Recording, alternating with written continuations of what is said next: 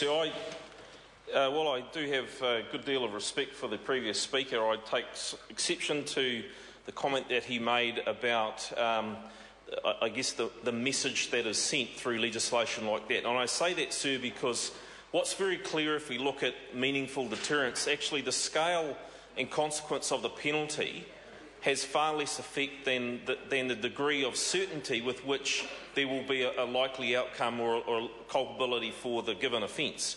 Sir, and I noticed and listened very intently to some of the submissions that were made, in particular from some who have probably been on the wrong side of this discussion, the criminal side of this discussion, through their previous life experiences. And what is clear, sir, is that by shifting the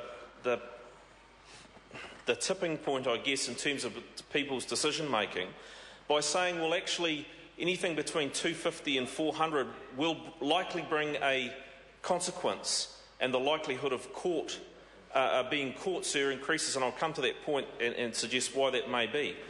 Sir, but it was interesting to note how people would think, well, all of a sudden the idea of having a few drinks is not a good one. And it's not a good one because while there may be a lesser consequence in terms of the infringement notice, there is a consequence, and swiftness and certainty is what are the factors that are at play here and very important in terms of affecting someone's decision to ultimately get in a motor vehicle and drive after having consumed alcohol or substances such as drugs or mind-altering substances, sir. One thing is sure is that when an individual drinks, the first thing that is impaired is actually their judgment. So what we do know is their ability to make a good and rational decision at that point is impaired. So we can't expect someone who has decided to have a couple to know exactly where that line is. And it's a false notion to suggest that they can. Of course, the individual will think they can, but it's quite wrong. But what we need to do is ensure that the message that is given and is well understood is that even a very low level of alcohol is likely to result in a consequence, and there is this degree of certainty about that occurring. Sir, and I believe this strikes that balance.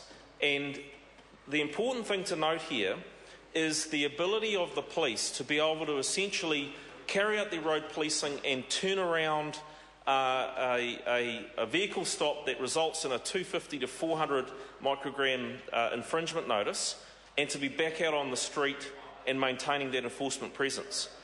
So because when a police officer gets involved in a breath alcohol that may become a blood alcohol, the process in itself can take an hour. It can take a significant period of time in a more rural area, sir.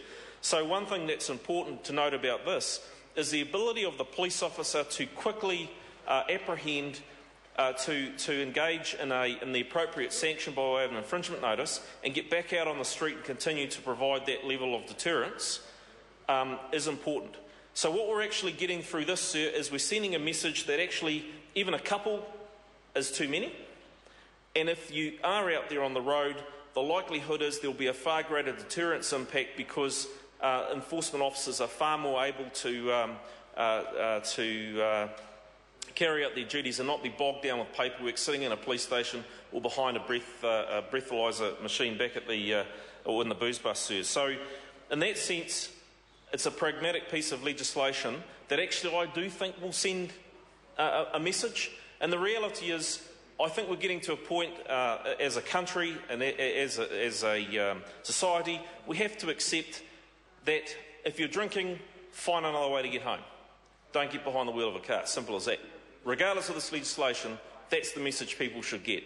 There is no excuse whatsoever, and this legislation will make sure that for those that do choose to, there will be a consequence. I call Dennis O'Rourke. Mr. Speaker, New Zealand First at first supported